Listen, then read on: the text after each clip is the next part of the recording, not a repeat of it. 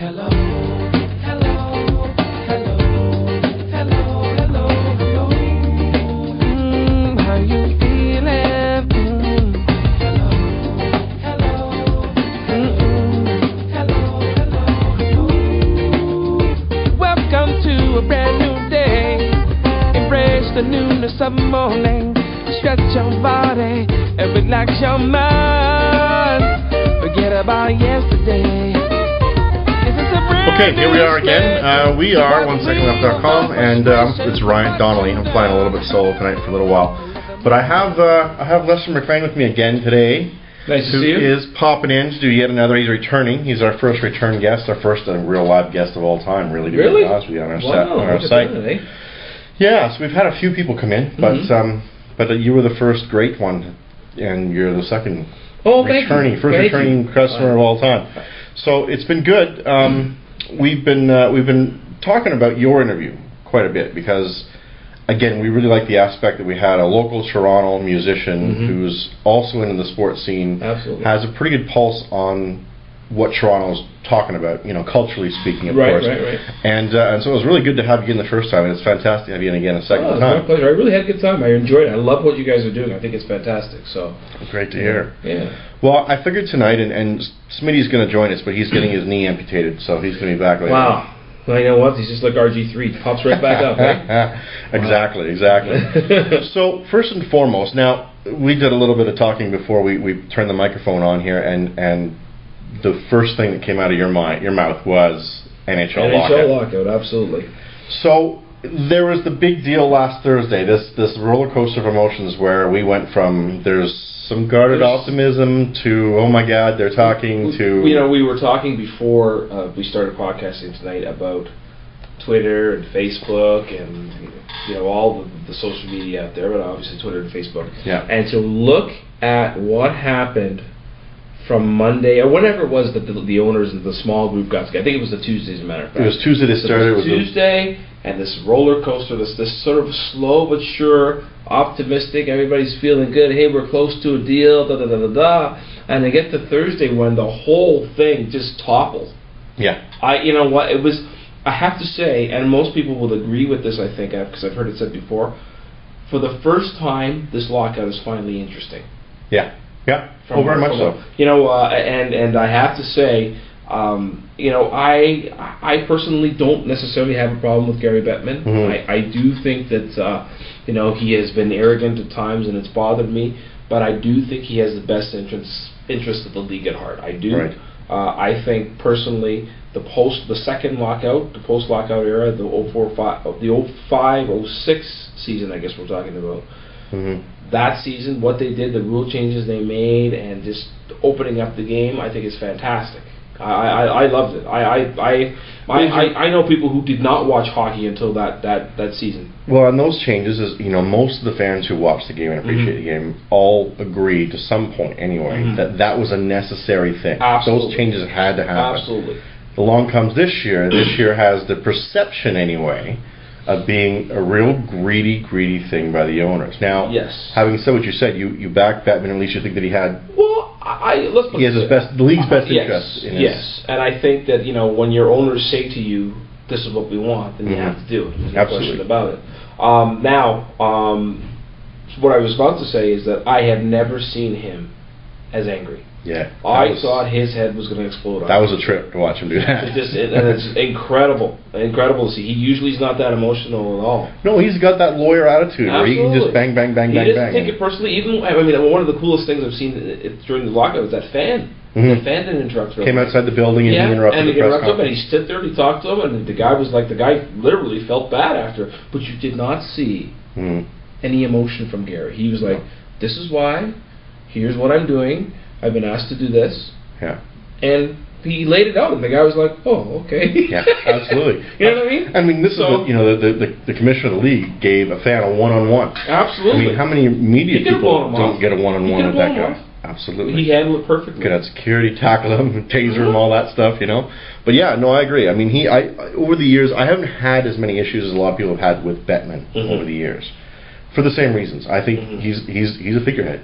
Yes. You know, and he's being paid by the owners to say what he says. Absolutely. So I've never really had a problem with him per se. I mean, granted, I think he gets paid a lot of money to do a pretty crappy job where he gets booed everywhere. Yes, he does. He does get booed. I mean, so, having said that, I mean, now, do you have any problem with Donald Fear, the way the union came out with that? You know what? I will say this, and you know, it's not a personal thing.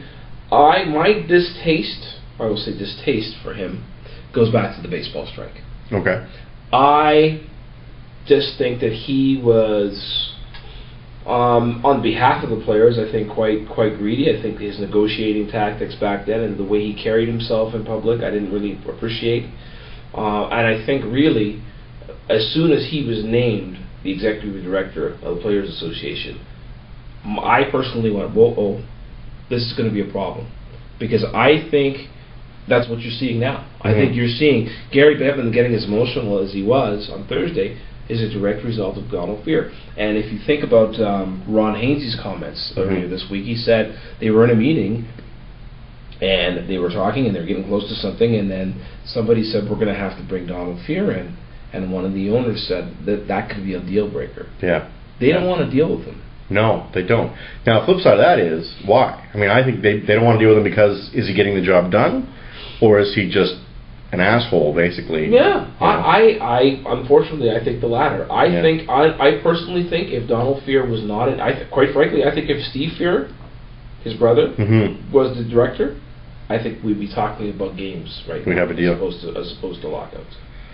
It's interesting, yeah. I mean, because I think coming in, some of the buzz that I'd heard all the way along was, you know, this was an owner issue. This was the owners being greedy, that sort of thing. And the players had they finally had their real good spokesman that they wanted for years and years and years. Because previously, they didn't have the best spokesman. No. Arguably, anyway. No.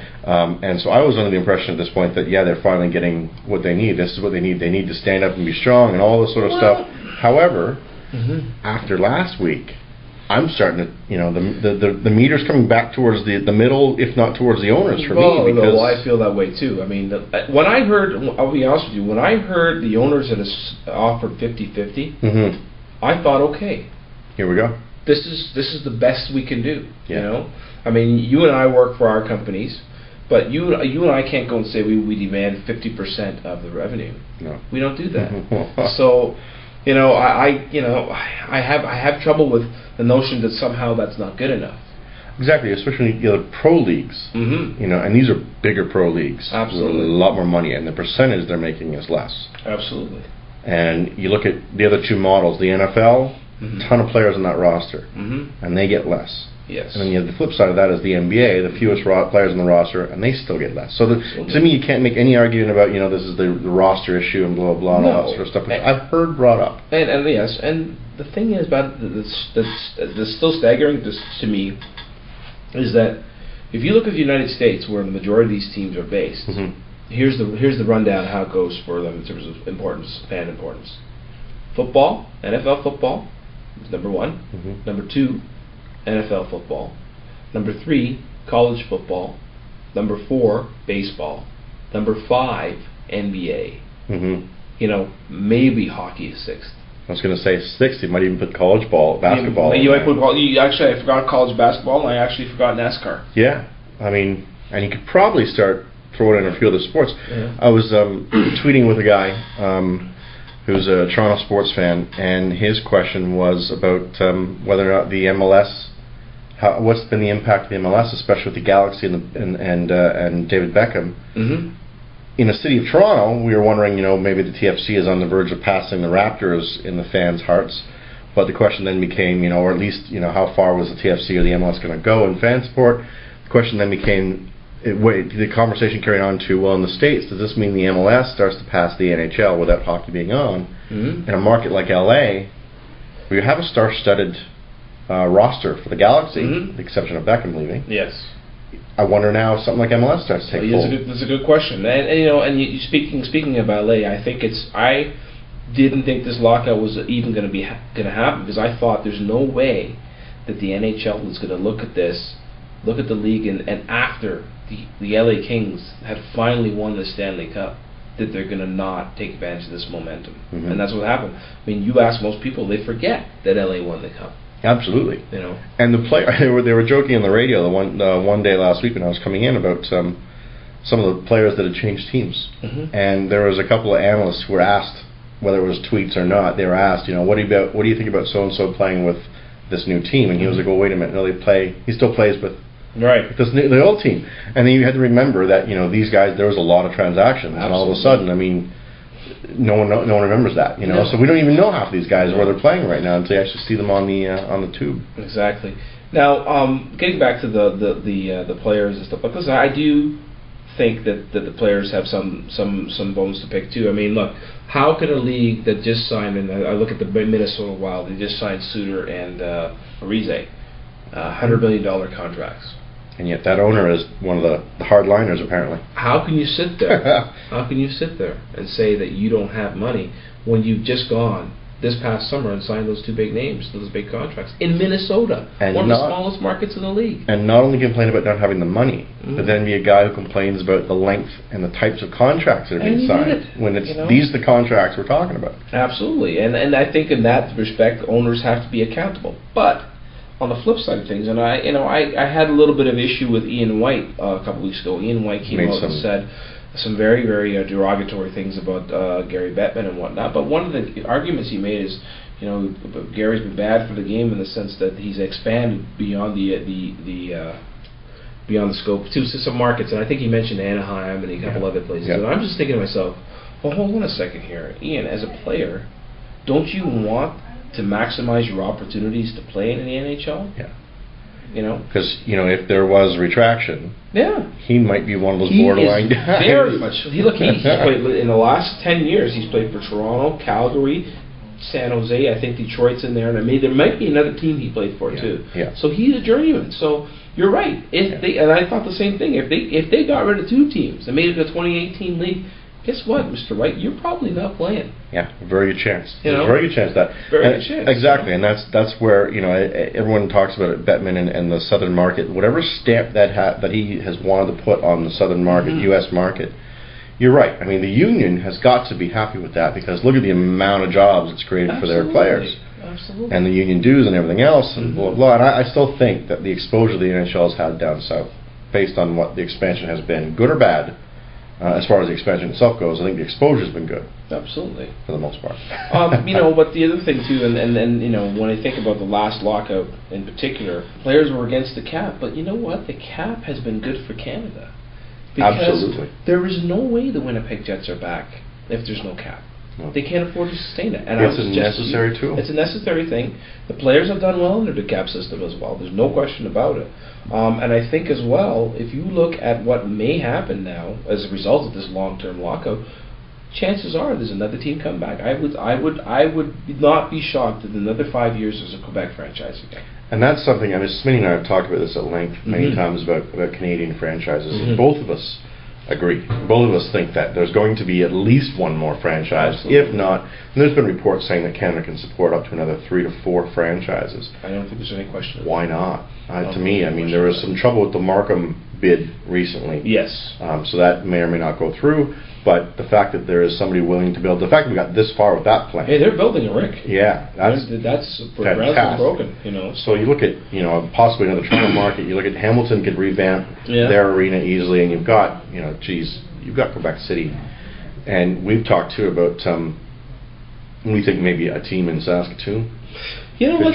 It's funny. You look at the only team that be upset about that is the Riders, because I think the Riders are the Riders because there is no hockey. They have their own little monopoly of sports out there. We're the thing. If you want a professional sports league, professional sports franchise, it is the Riders. Yeah. I want to shout out to, we were talking about the lockout in the States, and I have a friend of mine, Rob Bullock, who I'll shout out to.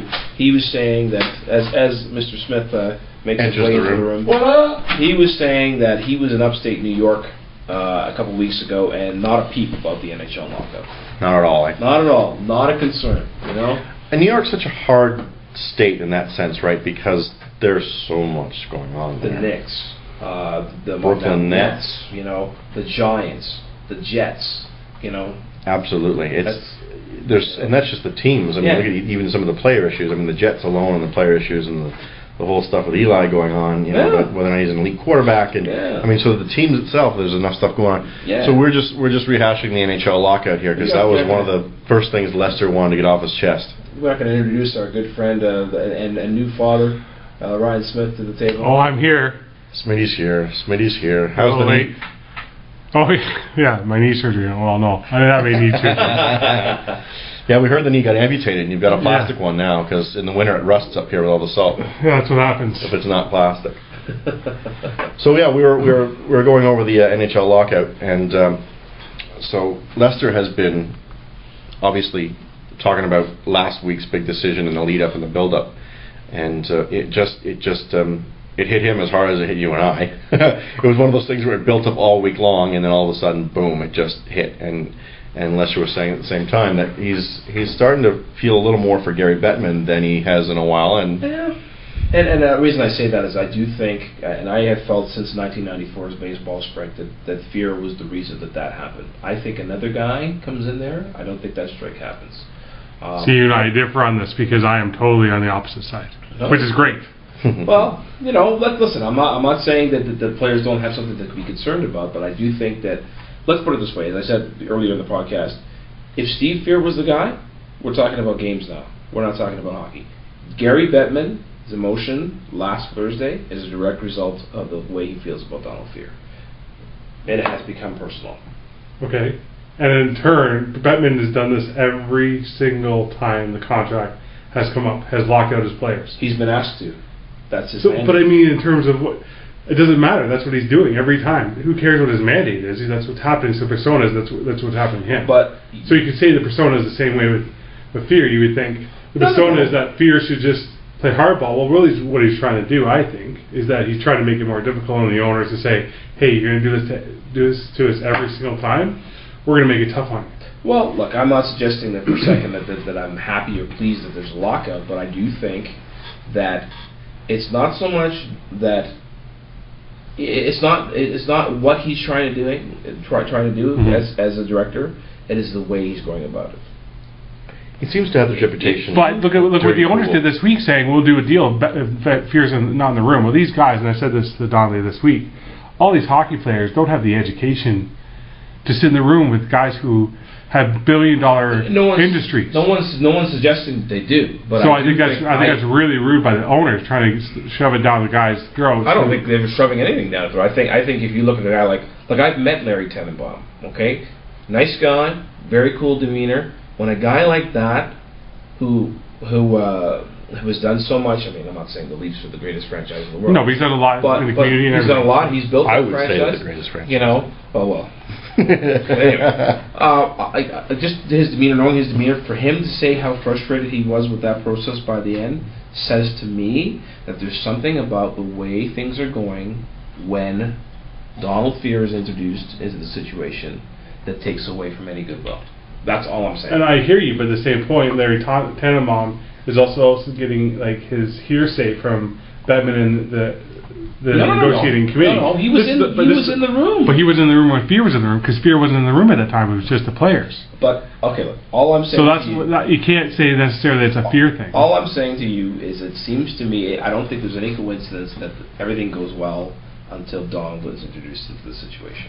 Okay. I don't think there's any. Now, if you're an owner, and this is going to the actual contract itself. Mm-hmm. They get 7% of the revenue, which the players had previously, right? Going from 57 to 50. Mm-hmm. Shouldn't that be enough? I will agree with you there. I don't understand why. When I first heard 50-50 a month ago, I thought, okay, we're going to play. And now they're wanting everything else. Well, like I'm not prepared to go through step by step with you the. Oh, because I would be. Well, look, I'm not going to tell you that there aren't problems. There are, but as I said to Ryan, and I said to your audience, I do believe that there is a way that Fear conducts himself that rubs a lot of people the wrong way. I'm not saying you're wrong, but I also think that Fear, when he sees a deal made, he's a deal maker. Just like Bettman would be a deal maker once there's a deal on the table, they seem to have gotten deals done in the perspective. Mm-hmm. heads and fear once there was a deal done in MLB. When there was close to be a deal, he struck it and got it done very quickly. Sure. So I think that's where he's struggling with now, is the owners are getting a lot in this terms of negotiations. So he's fighting for certain things to make the game better, in my opinion. I think, I'll be honest with you, I think the game's great. Yeah, I don't know that this is to make the game any better. I think this is more or less to change the finances of the game. I don't think that's going to make. I don't think it's going to make the game any better in the sense that, you know, the rule changes and whatnot that came around and the parity that came around after the last one. The cap's going to remain the same, right? But the NHL owners are the ones that locked them out then. Well, when you're looking at, when you're just saying, "Well, I think there's nothing wrong with the game," well, who's the one that put him in this situation? If we're talking about what's the product on the ice, think about it this way: before the last lockout, Detroit, New Jersey, Colorado, and Dallas, and maybe there's one other team that won the Stanley Cup in the last 10 years. Habs are in there. Well, 93. There was 8. There's been 8 in the past since the last contract. 8 winners, different. Yes. But we're talking previous to that lockout. I'm talking previous to lockout. But that is my point. That lockout gave parity, and also we said before you got here, there's no way the Winnipeg Jets are in the league if that lockout doesn't happen and they get the cap system. Right, but in terms of this lockout, these owners that aren't willing to revenue share should be fine. Get rid of the teams that aren't producing cash, which is like your, I don't even know, your Florida Panthers, your Phoenix, and move them up. Because if they're not because if they're not talking about no, I'm not talking about retraction. I'm talking about moving them into profitable situations. We discussed that, and I think it's very possible that you could see at least Quebec, if not 2 other teams, come to Canada. But I mean, don't cry poor if you're trying to struggle. Like you're propping up these other markets. This is what I'm saying. Look, I mean, this is what's happening. They're saying, "Oh, we're poor, we're poor, we're poor." Well, we want to do a mystery deal in Phoenix and to try and get that working out. Again, but yeah, maybe that's the case. But still, with the cap system, the Toronto Maple Leafs have $50 million to work with, up to $50 million. The Florida Panthers have up to $50 million to work with. If they can do it, guess what? Florida makes the playoffs. The Leafs don't. It's all about what they've done is they said, guys, here's your pool of cash. Here's what you can do. It no longer becomes how much money you have. It's the money you have plus your knowledge of players, your drafting, and your scouting. And that's what it always should have been. Now, further to the point, I think one of the key issues as well that's happening right now is this lockout is really only about 90 players in the league. There's not a lot of guys making, Sidney Crosby or Brad Richards money.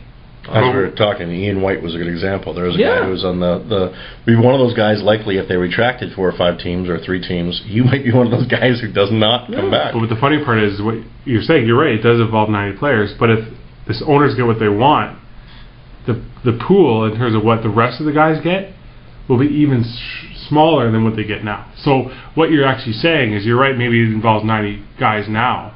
But the salary cap is at $70 million. They want to move it down $20 million. Don't you think Crosby and Malkin and Kovalchuk and Ovechkin are going to get their money? Yeah, they will. So that means the players that are the lower echelon guys aren't going to make the money they used to. Sure they will, because this has gone up drastically. All the league money has gone up continuously every year. This league's going to keep making money. Don't forget about the escrow and all that stuff. There's lots of different revenue sources. But talking about the escrow, the owners want to put a cap on it. So therefore, when there's this new agreement, they want it to be like open-ended, where the players are like, I don't want it open-ended, I want it to be capped. Well, look, here's the thing. Here's the bottom line for me, how I feel about this whole situation. It is very difficult for me as a fan and as a member of our society at large, Brian Donnelly, and I'm only talking to you now. I'm listening. When I look at the billionaires versus the millionaires, the owners versus the players. Not all of them are millionaires, once again. Anyway. Lester, look at me. Yes, sorry. No, you're right. Not all of them are millionaires, but most of them are. And not all of them play for years upon years. That's very true. That's very true. And listen, I give full credit to that as well. But when I think about the guy that sells tickets at the door, or selling tickets at the will call, when I think about the ushers, when I think about the guy across the street in the parking lot at the ACC who's not getting any revenue, when I think about the barmaid, not barmaid, where am I? The 30s. When I think about the barmaid, when I think about the servers, when I think about, you know, I'm a musician, I think about the band. Absolutely. You know, there's a whole sub-economy that's hurting tremendously. I'm on your page with that one. You know, you and I are on the same page there. You know, it is very difficult for me day after day to look at this thing and say, look, the NFL, we all thought the NFL lockout was going to be a lot longer. They got it together, they decided on a system that works, they signed a deal, let's go. Well, I think, sorry to interrupt you really quickly, one of the kind of ties into what you were just saying about the other people that are involved in this lockout or indirectly involved. One of the things that came out of the NFL lockout was those other people. That was a huge, huge deal in the NFL lockout, was the amount of people that are going to be affected outside of the NFL teams and, you know, owners and players, which I think was a real catalyst to get that deal done really fast. The fact that, you know, President Obama came in and said, look, there's a lot of money being lost here. You guys got to get your act together. Whereas I don't think the NHL, to me anyway, in the negotiations, I know the first couple of months they came out and said nothing about the fans. It wasn't until lately they started saying, oh, we respect the fans. And blah, blah, blah. But if you're going to bring it up to the NFL, you also have to remember the NFL does a great deal of revenue sharing. One thing that the NHL does not do.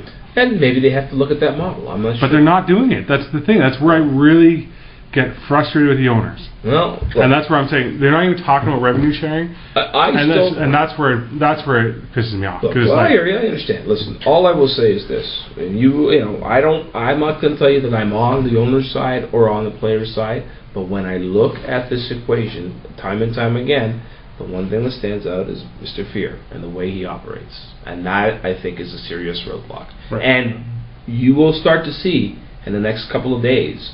I mean, Roller Hamlick was the first one that spoke up. He wants a deal. But he also retracted today. He did. Yeah. Fully? Fully. He came out and supported the NHLPA, knowing everything that's happened over the past few days. They've had a meeting. He did it publicly. Yes. I'm not sure. I'm not convinced that he absolutely. Well, I don't know what he did behind the. Listen. If I'm Romer Hamlick, I'm thinking maybe this is my last year, right? At his age. But what are you supposed to do? Just lay home and die and let the owners get whatever they want? I'm not suggesting that at all. You can't do that either, because if that happens this time around, what's going to happen next time around? They're going to be like, we got all this time, why can't we get more next time? Well, I mean, listen, I will say this. I mean, the NHL is no different than any big company out there. They're realizing that, you know, they can squeeze their employees, right? And the problem with this, though, too, is where the NHL is going to get hurt by the more they squeeze, the more they get squeezed by the fan base, right? Because people just won't come back to them. No. They're going to lose advertisers, that sort of thing. So they can only squeeze so much. This is not a league that can, like the NFL, for example, that can continue to do this. Not at all. And it doesn't have the, you know, the NFL, to me, as well, when you think about the NFL, I don't think it's just football. I think it's gambling. Absolutely. That's huge. And you know, so just by virtue of that fact alone, you know, they are going to be way better off than the NHL. Yeah. And I mean, going to saying the players in terms of that league too, I feel horrible for those players in those leagues. If you look at primarily what happened is those guys signed an entry-level contract at a very low, non-guaranteed deal. They sign those for 3 years, and then once those 3 years are up, well, they draft somebody else. And those guys are out of the league. There's only very few guys in the AFL who make a lot of money. Very few guys. The big deal with the NFL, too, from a player standpoint, is that you have the NHL and NBA. NHL in particular has guaranteed contracts, right? So you sign that deal, you make your money. NFL, they can sign you to a $150 million contract, cut you the next day after you've made $3 of it. And they don't owe you a thing. You know, like that's one of the things the NFL has. But and to me, if that's the case, I can't imagine why a PA and the NHLPA would allow that. Exactly. Well, they're not going to, and that's the benefit of guaranteed contracts. I understand that, but what we're heading to is more of an NBA style, where the top guys make a lot of money, and everyone else makes nothing. That's what's going to happen in NHL. Well, and that's where I'm getting a little like with what I'm saying. Why I'm upset with this, because one, there's a salary cap that they got last time. I'm not necessarily in agreement with the salary cap. I like sort of how baseball goes with the luxury cap. I think that's a really good idea. Because I also think a revenue shares back to the teams that can't make money, and then they can afford to make changes to their teams. And then I think the NHL also if they've got 50%, they've got 7% more revenue. That's huge. That's a lot of revenue that the players are giving up. They need to just let the rest of it kind of slide, or go more in the players' favor. Well, I think either way. I mean, I don't mean to cut the NHL discussion short, but we've run this one out, and this is one that we can talk about. Really, if people want to get really into the stats and whatnot of what was happening and not happening compared to other leagues, we can do that, but probably not today. So, having said that, it's okay to have a debate. I think a debate's good and helpful. Oh, it's good. It's just. I think we agree on one thing, and that is we'd like to see them back on the ice. Absolutely, and that's sort of what I was going to say to wrap it up, is that you can have your opinions of the leaders of each side. You can have, your opinions of what's being signed and not being signed and being battled about. But the end result is that we're not seeing any NHL hockey at all, and it looks like we may not this season, which is horrible. As soon as this lockout happened, I thought we're in trouble. Yeah. Well, and we touched on it earlier, the momentum the league had with the Kings winning, and the Blackhawks, and the Bruins, and the Penguins, and the Capitals, all these great older U.S. markets. And now we're sitting here, and Winnipeg, the other team, with this great momentum after the first season. Absolutely. And all this stuff is building towards Quebec City and a second team in Toronto, and now it's all fear versus Bettman. Yeah. So, having said that, the other thing I wanted to touch with Lester on was the CFL. Yes. Okay. I don't know if you were, being a Toronto musician, and were you playing at all? Did you get to play downtown during that? Funny. Well, check it out. A friend of mine that works for TSN, Paul Hemming, who's the director, he sent me an email and said that somebody he knew from the BC Lions was looking for a band for their Lions Den.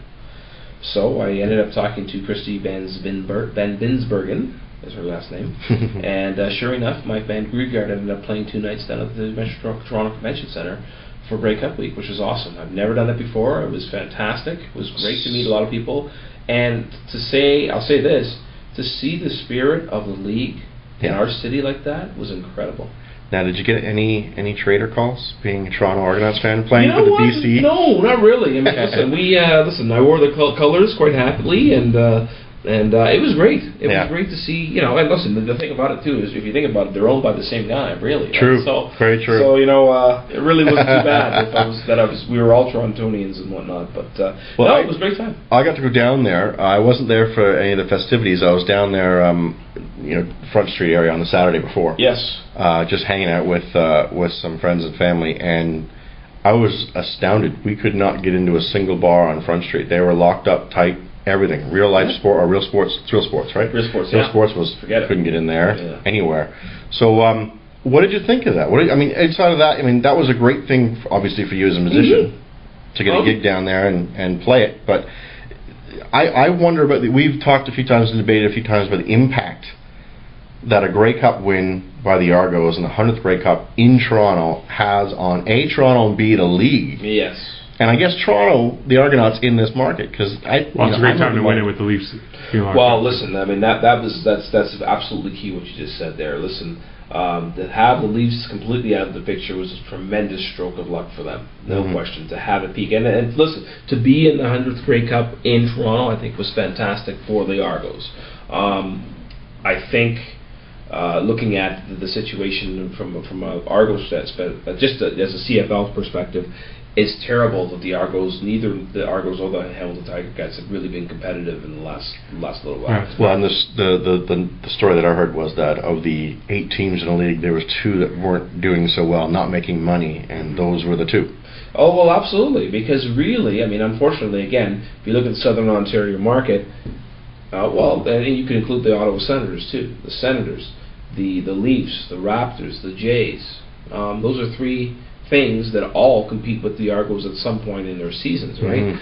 You can shout out to Toronto. I'm forgetting the FC and on a certain level Toronto Rock as well, right? So I think it's tremendous that they won it when they did. I think it will give them some momentum. I think having Ricky Ray as a quarterback again, as a quarterback that can come in and do something, he's obviously proven his worth right away, which is fantastic. Chad Owens, great story as well. Fantastic season for him. Fantastic season. And again, he's somebody on this team that's actually, if you think about the Argos, the face of the Argos, maybe up to this last Grey Cup, is probably Pinball Clemens.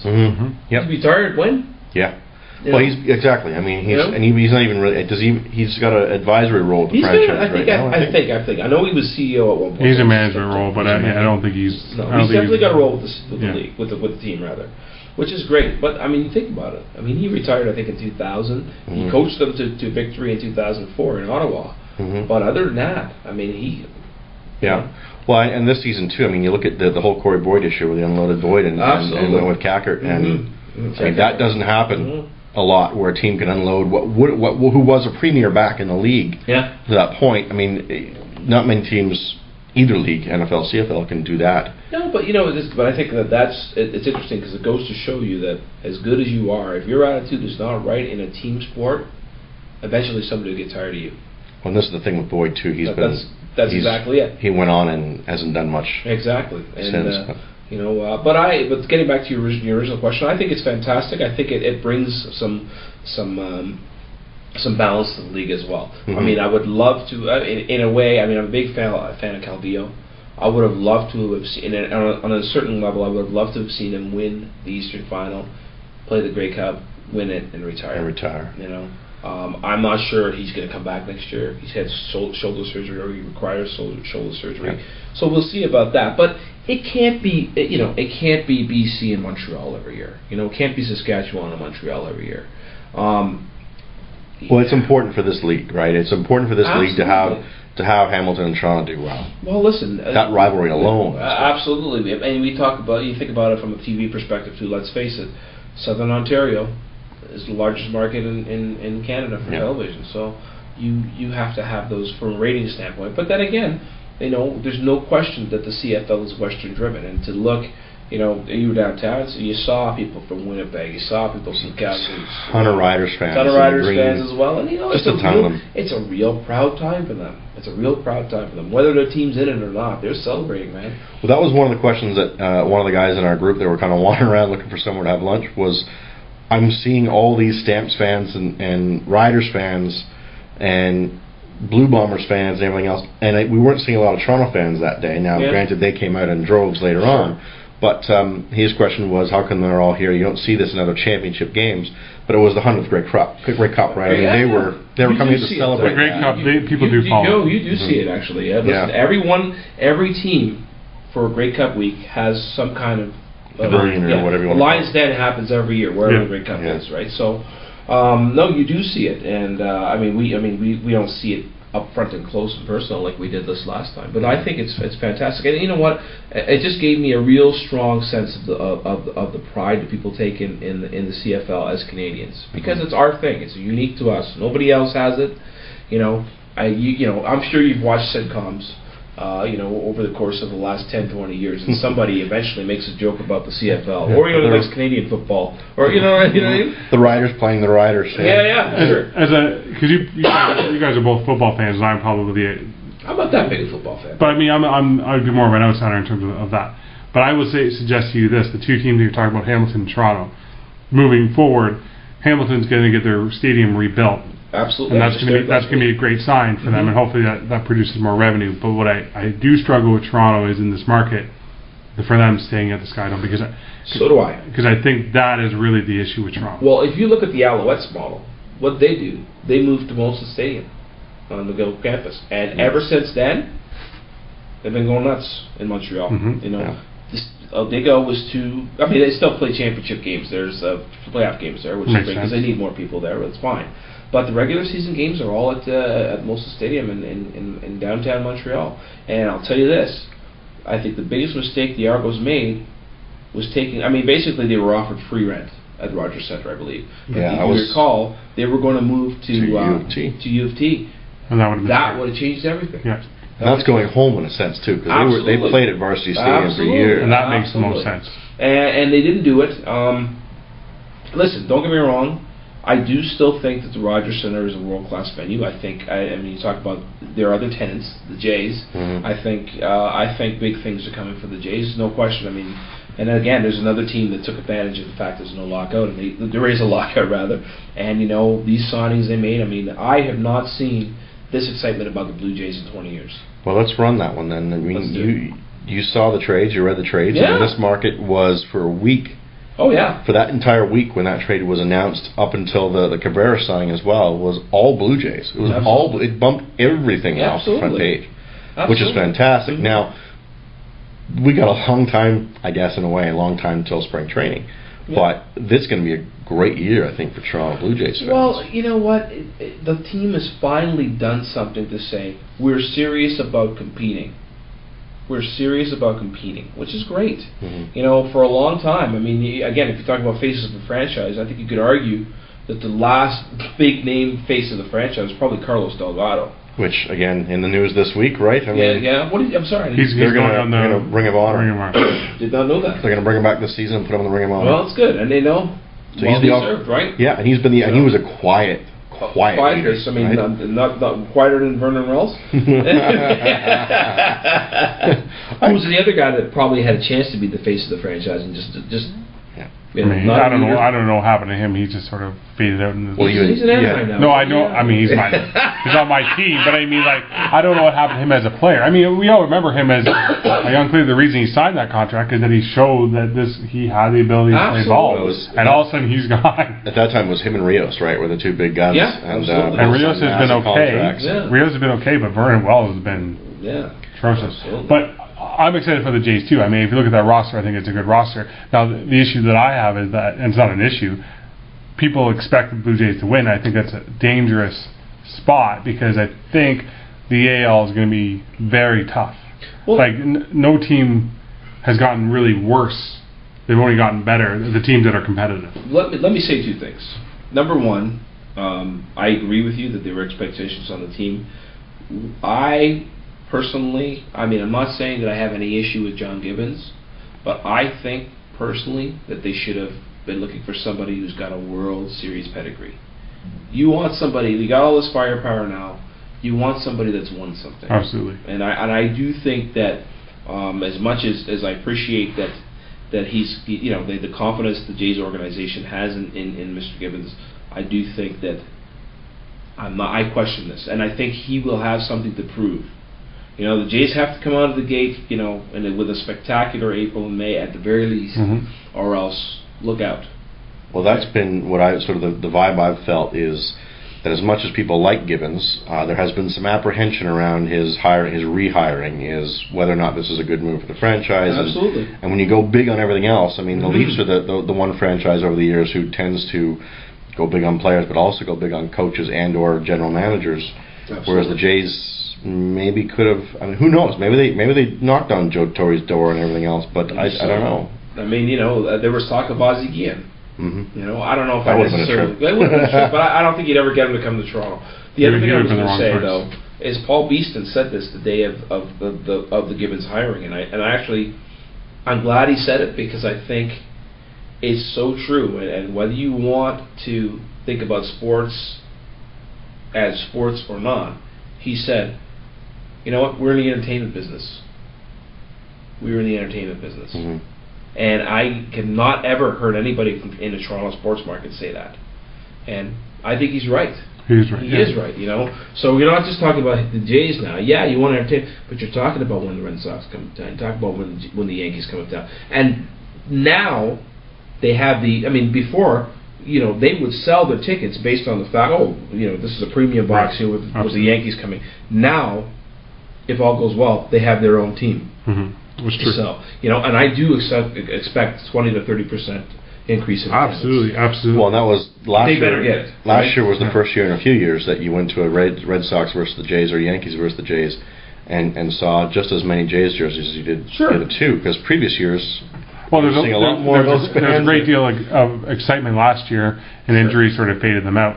And now this year, there's going to be even more excitement going into this year. Now, but like I said, I don't want to temper people's thoughts. I think you should be excited about this team, but like, for instance, my team last year, we all know I like the Angels. 2 huge signings last year. They missed the playoffs. It doesn't guarantee. No, it doesn't. And you know, the Royals just got better by making trades this week. You know, Texas is still good. Oakland's still good. Detroit's still good. The Yankees are. Don't forget Baltimore. The Yankees are still good. Baltimore is going to be good. You know, Tampa Bay's still going to be good. Yep. Like, it doesn't come easily. No, it doesn't. I don't want to temper them saying, hey, they're not going to win. I'm just saying it doesn't guarantee victory. No, the Marlins didn't win very many games last year, and these are their best players. No, so. and you have to look at the fact that, you know, again, you're right. The rest of the AL East is also competitive. So, you know, maybe Gibbons is not necessarily there to have the team plan. Maybe he's there to manage those egos, right? You know, and you know, I could argue that Cito did it better than anybody else. There were a lot of guys. I mean, you think about that 91 to 93 team. How many talented guys are on that team? I mean, well, and we all know that there are managers out there and coaches or GMs that do that. I mean, you look at go back to the NHL. You have a guy like Keenan, who is better with arguably better with the young kids because he can mold them in his way, and then he's out after 3 years because they get tired of him. Pat Burns was very tough on kids. Pat Quinn was a veteran coach. He liked his veteran stars. He would let them play. He wasn't so good with the kids, you know. And kind of what you were saying is with Gibbons. I wonder now if he's better with like an instructional coach manager, or is he better at managing egos? Because you said Cito was pretty darn good at that. Absolutely. Either way, John Farrell probably made a huge mistake wanting out of his position to a dream position. To me, if you want to go. If you don't want to be here, get the hell out of here. No, and players will know that too. Absolutely. They'll feel that, and they won't want to play for you. And you know, speaking still with the Jays, and you know, reaching back into the former glory years, they signed Pat Hankin today. I think he's going to be their bullpen coach, if I'm not mistaken, which is great. Now he had been with the team previously. He's bullpen. From what I saw today, was bullpen. I thought I saw bullpen Ryan. So he's not pitching. Okay. Now he had been with the team, but had taken a leave because he had some personal issues to deal with. So they essentially brought him back in a way. Well, two things there. One that I guess coincides with your other career directly, with a team like the Jays doing well. That's got to be exciting for a musician as well, because we all know, having been in the Toronto area for as long as we all have, that when the Jays are hopping, downtown Toronto is going all week long, because it's games all week long. And the bar scene in Toronto, when the Jays are going, it's unreal down there. Well, I'll tell you what, my band Grooveyard has been playing at the Esplanade Beer Market for about 12 or 13 years now. We play one Thursday a month, and we know, we can see, especially if like the Jays back in the past were playing a Boston or New York Yankees or whatnot that night. That particular night, you know, by 10:30, it's busy. You know what I mean? Especially if it's a nice night. People want to come on, have a drink after, listen to some music. So yes, there's an impact there. Absolutely. So to turn it a bit in terms of Toronto now, the Raptors being so poor, playing so poorly, how is that affecting? Well, this ties into my other point. Was we mentioned with the Jays expectation. And the Jays last year had some expectation. Injuries tempered that. The expectation is ramped way up. Absolutely. Now the expectations for the Raptors coming into this season were quite high. Well, not quite high, but they were high enough where they thought they're playoff bound. I'm sorry. I admit that I am not enough of a basketball fan to talk really intelligently about the Raptors, but me neither. From my standpoint, I can get you both into play. Okay, well, but I looked at their roster moves and some of the things they did in the off season, and I was sitting there going, really? This is a playoff team all of a sudden? Why? Based on what? So maybe you can enlighten me, Mr. Smith. What have they done? Okay, well, I want to know. First of all, Lowry is a good player when healthy, and I think right now he was injured last year. I think when healthy he's great, but he's a different point guard than Calderon is. So I think that makes the team a little bit different in terms of. I think that's why you're seeing Bargnani struggle, because Lowry comes in and he's a completely different point guard. Valanciunas is a great player, but he is a rookie. He's a rookie. So you can't expect much. So how can you hang your hat on this guy? Right. I think Fields was an okay signing. He signed for a lot of money, but I think he's not the ideal candidate for your small forward position. And when he got hurt, there's not really anybody else behind him to play. So I think you put everything together. You add these guys to your lineup. You think you're going to be a better team. But like any team, and you would know this just by playing any sport, you add a whole bunch of new guys into your system. It doesn't necessarily mean you're a better team right away. No. Because the chemistry has to build. And once injuries has happened, because Lowry was injured and so was Fields and all these guys that have entered in the league, Valanciunas is just learning to play center in this league. I think there's a lot of that going on. But the one thing, and I've said this to Donnelly this week, was this team has the skill, they have the talent. You see that they're getting close games. You saw what happened to San Antonio, the best team in the league. They took them to 3 overtimes. I think what this team is lacking is a veteran leadership like the Oakley and the Davis had in the day that kept those guys in line. That's what this team is missing. Listen, you're absolutely right. I will say I know enough to tell you that Charles Oakley was the last guy that had any kind of clout in that dressing room whatsoever. And after he left, that was it. I do agree with that. Yeah, I mean, listen, I think that the frustration and why Colangelo was the GM, right? Yeah. Yep. Okay. He was actually pretty vocal during TSN's broadcast the other night. Said he basically called out the team. Yeah. But I think the reason he's calling out the team is he knows he's on the line now, because this has been pretty poor show so far. It's a very poor show, and you know what? And this is exactly what our point just was, is that because maybe there's no one in the locker room that is keeping them in check. Mm-hmm. So if someone has to keep it in check, it might have to be Colangelo. Well, fair enough. Well, I'm not saying he's. I think he's online, and to be honest, I think he's gone. And it's not saying that I think he did a poor job per se. I mean, he did draft some good players. I think he hits his wagon to Bargnani, and I think Bargnani's really sort of struggling. He is. Let me say this, and you know what? I understand, and I'm not going to tell you I feel sorry for Colangelo. But I will say this, I don't think that the guys that come to Toronto take it seriously. And the reason is, because I think the perception around the league is Toronto's Mickey Mouse for some reason. It's not Miami, it's not Orlando, it's not LA. You know? Well, the problem is that Detroit even. They're not on the national scheme. No, and as such, I think when it comes to free agency time, guys don't want to come here. No, because they all want to be the face of the league, and they want to be That's it. I mean, the Jamal McGlure, came here last year, but I mean. But he's not a name guy. He's not a name guy. Well, he was a name guy for us, but in the grand scheme of things, in the NBA, he's not a LeBron James, No, he's not a LeBron James. I mean, people talk about Steve Nash coming here. You know what? I fully understand why Steve Nash wouldn't want to come here at this point in his career. He wants to win a championship. Well, I liken that too. I mean, only in the fact that Nash, as a basketball name, is so big in this country. When Gretzky left St. Louis and went to the Rangers, there was talk about bringing him home to Toronto, and apparently he was okay with it if there had been some deals put in place. I have heard many times that Steve Stavros, God rest his soul, killed that deal. Yeah, I heard the same thing. I've heard it was done, but Stavros said no, it's too much money. Which would have been interesting had he come here. Well, it would have been interesting for sure, but I mean, really, if you think about it, why would Toronto want to sign him? They're making tons of money, hand over fist. Why give Gretzky $15 million over 2 seasons when you could make $20 million without signing him? Yeah. And that's the dilemma. Yeah. And the thing was, sorry to go back to just really Nash. I think it's a good thing that Nash ended up being the GM of Team Canada now. I think that's as good as we're going to get. Because to me, it's a national program needs as much help as the Raptors, because you start with the grassroots program, you build it up. Sure. And what this team needs, and I've said this to Dolly, and it's not going to happen, but it would be a wonderful situation if it did, is next draft. So not this draft coming up, the next draft coming up, is the guy we want.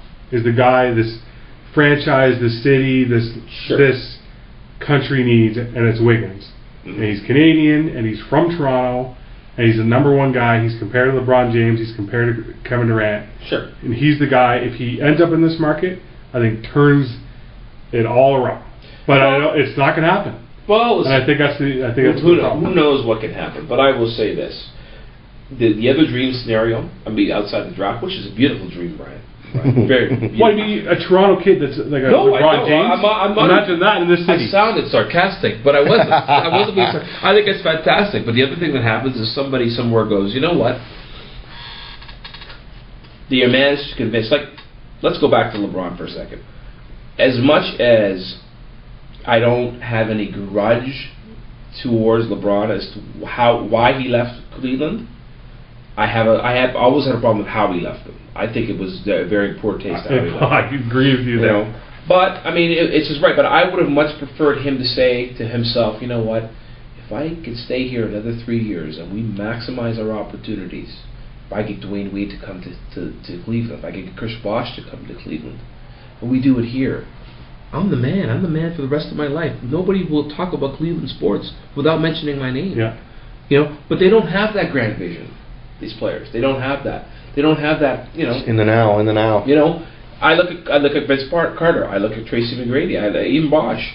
You know, they all had chances. Can you imagine if Vince Carter was able to deliver a championship to Toronto Raptors? You would have put that. I hear you, but I'm going to tell you, these guys are different guys. They're all American. Well, look, and they're all American. And we're talking about a Canadian kid from Toronto. Oh, I hear you. I don't get me wrong. I understand. Who plays for Team Canada. I get it. I understand what you're saying. But I'm just saying that there's another way to go about it. But I mean, I will say this. I happened to meet Joe Carter 2 years ago. I had a chance to talk with him at length, and he's not that big a deal in the U.S. You know, he walks the streets here. Everybody knows him. Absolutely, huge deal. You know, I think you could argue that home run in '93 is on par with Crosby's goal. It's on par with anything in this country. You know, maybe it isn't hockey, but. I don't know. 72 goal may rank a little high. No, you can compare those. You can compare those how big they were in this certainly in the top 10 greatest moments of Canadian sports history. Might be in the top 3. No question. Okay, huge. So Joe Carter comes up here. I mean, he comes up here to Toronto every year for a golf tournament. Yeah. Everybody comes up because of Joe and everything like that. But if he goes to L.A. and walks the streets, they don't know him like we know him. And I think that's what the problem is for these guys that want to come up to Toronto. They don't want to come to Toronto because they're young, and you know, our society, more so now than any other time in history, it's Twitter, it's Facebook, boom, boom, boom, boom, boom, it's quick, boom, you're the man right now. And if you're 25, 23, 24, 25 years old, and you got a chance to make your money, you make it now while you're hot, right? And I get that, and I'm just making the point, and you're acknowledging the point. I just think that a kid from Toronto. You need a Canadian, all Canadian apple pie face anchor for this team. And who's to say as well? And this is, the fun, interesting thing will be is, we're all counting on Wiggins to possibly be the savior of a franchise like the Raptors because it's Canadian. But who's to say he wants to play in Toronto? Based on, as we've all sort of talked about, the makeup of the NBA player is to be in the biggest market possible and the most star power possible. Wiggins may be a guy who, I hate to say, pulls a Lindros and says, "Don't draft me. I'm going elsewhere." And that would be devastating for this franchise. That would be devastating. And you know what? I don't see him doing it. I'll tell you right now, I don't see him doing it. Well, again, as I said, but if he's a smart man, to be able to be the guy that brought a Canadian guy that brought an NBA championship, like they'd have him on the Order of Canada in 2 years. You know what I mean? But I mean, this guy is such a big deal. He's on the States. I was saying to Dolly last week, this guy is going to be on ESPN, highlighted, January 20th at 5 o'clock. They have prime time. This guy is the LeBron James of his era. They're going to put his high school game on. Yeah, it's amazing, And as it's been suggested, and I think it would be a smart suggestion by the Toronto at some point, to say, hey, we want to be on TNT one night. We're going to be the 10 o'clock game. So we're going to start our game in Toronto at 10 o'clock. And that way, they may not get the prime time number at 8 o'clock at night, but there'll be exposure for these guys if they move their game just once in a while to a 10 o'clock game, take that doubleheader, that second doubleheader game, and they're on national television. I don't know why they're not. Let's make that suggestion. Again, I hear you, but I think you got to have the talent, and I just don't think they have the talent. I don't think they're very watchable right now.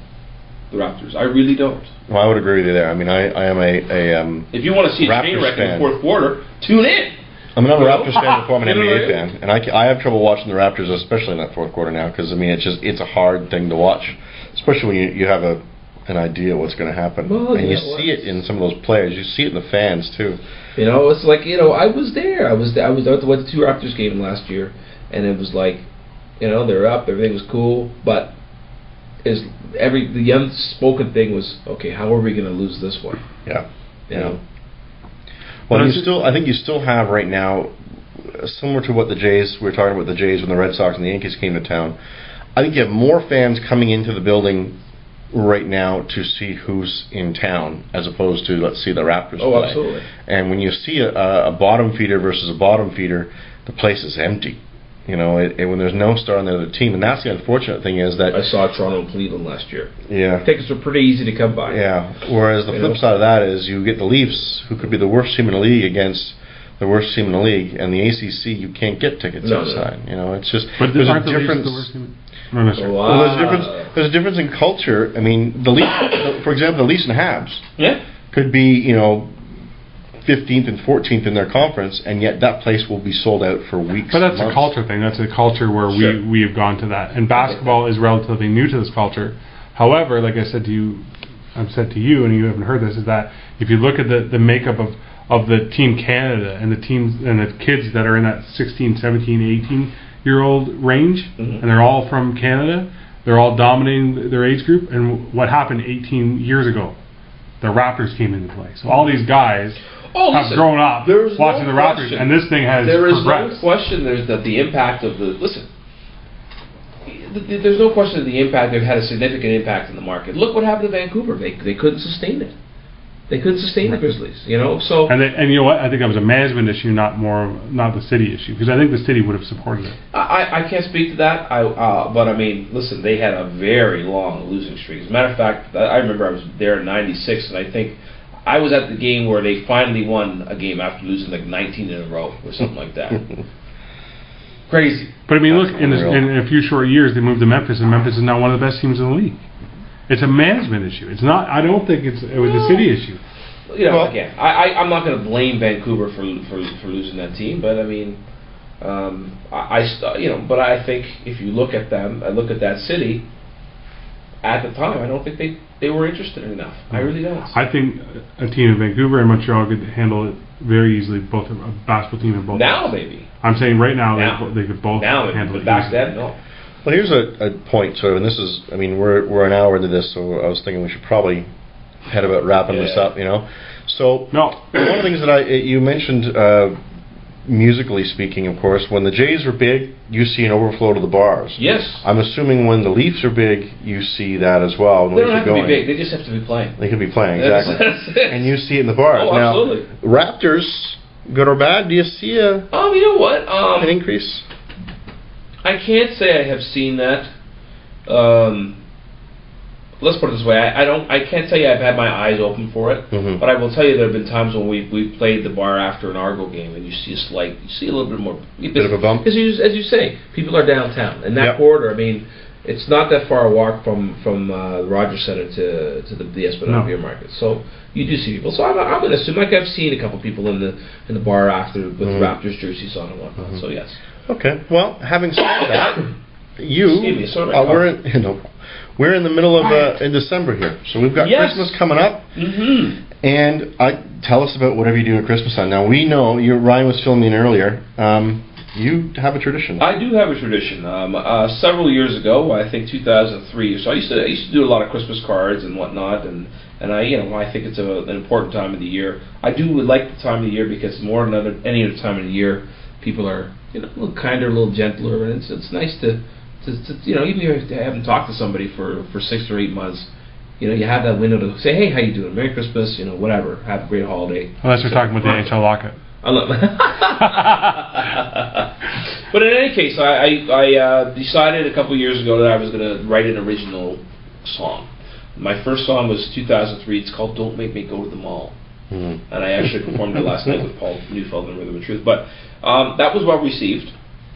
So much so that the next year came along, I did another one. Next year came along, I did another one. And by that point, people were expecting something from me, which is great, and I love writing them. So I just put out my last one. It's called If I Was Santa Claus. And this year I went back to the studio I did my record with. Studio I did my record in, and John Beadle Bailey co-produced it and engineered it for me. And it's a much larger production. It's about it's all me. These songs are traditionally a cappella, so it's all me on about almost 48 tracks of vocals. That must take a while. It's a little doo-wop 60s type of thing, but it's If I Was Santa Claus. It's available on iTunes for the nominal cost of 99 cents. I promise you, it's 99 cents well spent. So yeah, it's good. So I was going to say, it's on iTunes now. Do you have? It's a solo. It's a single. It's a single. Yes, I've never done that. It's actually been released through radio as well. I've never done it this way before, but I felt now's the time. You've got songs from 03 to now. You're getting close to a Christmas album. Well, you know what? I will tell you, fellas, the idea at one point in the early summer was to do actually, this goes back to last year. Actually, I was thinking this would be the year that I put them all together with a couple of other festive tunes and put something out. But, couple covers or something. Yes, well, Rudolph's one of my favorite tunes, so I would do that, and maybe something a little more on the Christian side of it, Away in a Manger or something like that. But it didn't happen for a lot of reasons. I just got too busy towards the end of the year. But January and February will be a little bit quiet for me. So if the timing's right and I can get the time in the studio, there's a thought of going back in. I put this out on iTunes this year just because I did up the ante as far as production is concerned. I was really happy with the way it came out, and I just thought, it had a chance to get some airplay and put it out there. So if it's well received and I can get some traction, then I can say, hey, listen, I want to make a record. Maybe I can go to a small label and say, hey, listen, I want to do this. Yeah. Or I can go to Factor and say, listen, I've done this on my own. Yeah. So. What else you got going on? You got anything else coming up? I do, as a matter of fact. Thank you for asking. As a matter of fact, I mentioned Paul Neufeld's Rhythm and Truth band. We did a show last night at Alliance Church in Newmarket. We do a show every year. North of Toronto. North of Toronto, yes, correct, thank you.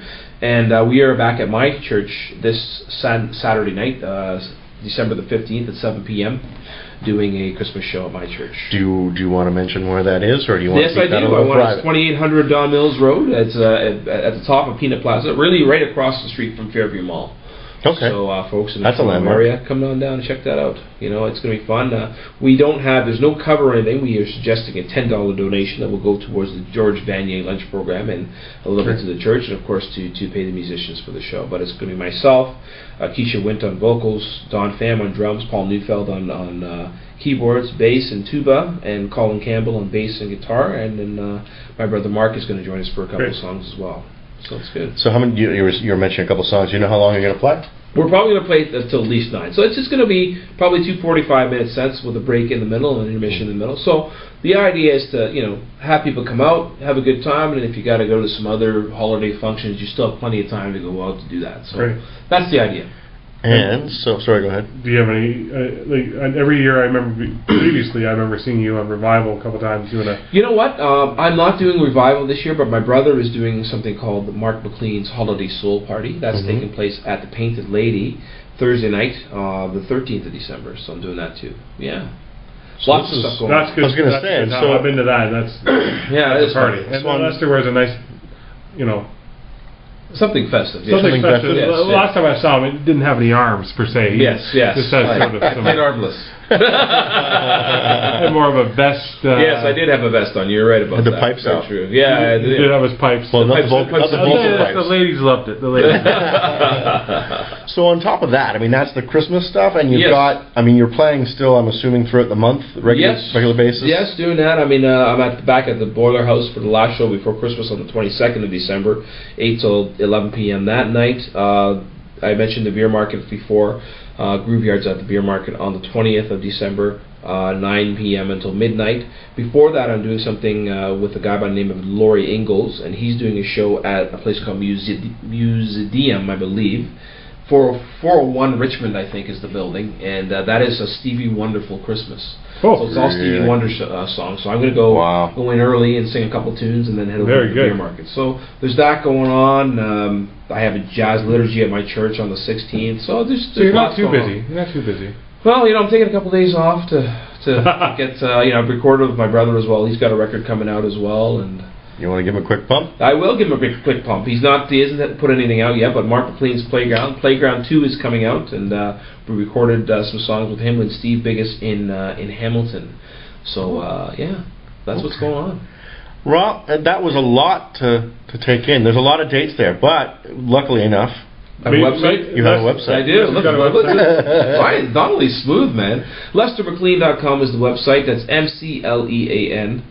And www.lestermclean.com, and Facebook/Lester McLean fan page as well. And we'll put your information on our website once this podcast. You guys always do. You guys are great for that. Thank you so much, and I appreciate you passing on the link to my song. I appreciate that very much. At the same time, Lester's also on Twitter for any of you kids out there. Twitter, at Lester McLean. Tweet. He tweet does not. We tweet all the time. We give him some hard times. He does not tweet while performing. No, I don't. He's learning. I just picked up an iPhone, though, so I'm sure I will be doing that soon. Again, we talked about this before. You almost have to be on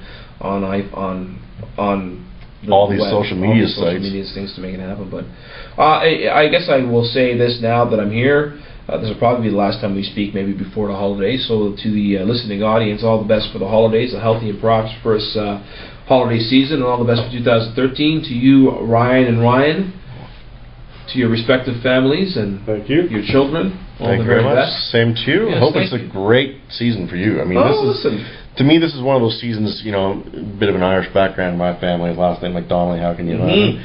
But it's one of those seasons where I know a lot of my friends and family who have Irish, English, Scottish backgrounds like to go out maybe a little more than often, and have a pint, you know, and celebrate with each other. Absolutely, come down, check us out. It's a great time when the local bands in Toronto, it's a thriving music scene from everything I've ever been told. So it's great. It's great to have local musicians who can stick around and play all night long and all week long. And that's it.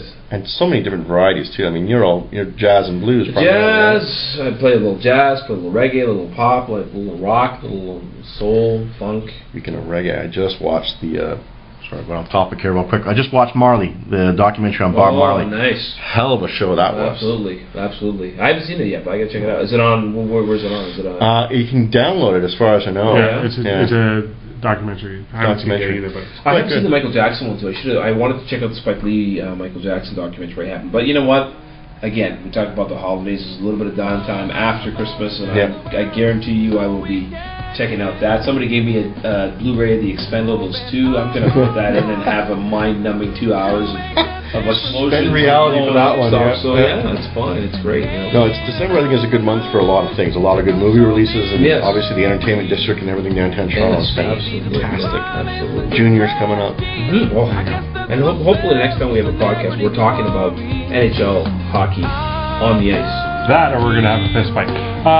Lester, thanks for coming in today. Once again, go check his website out, guys. The podcast on Front of Violence. Yeah, check out Lester's website for the dates again, and we're going to try to get this podcast up ASAP, so some of those dates may be rolling at you really fast when this podcast comes up. Absolutely. So make sure you check it out and run over to his website right away when you hear this, because we want to get some people out to see him, and you won't be disappointed at all.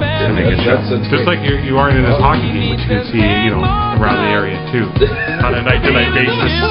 Playing tonight at 11. Oh, watch out!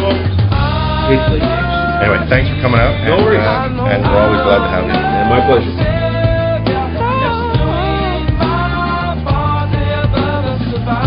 One day at a time.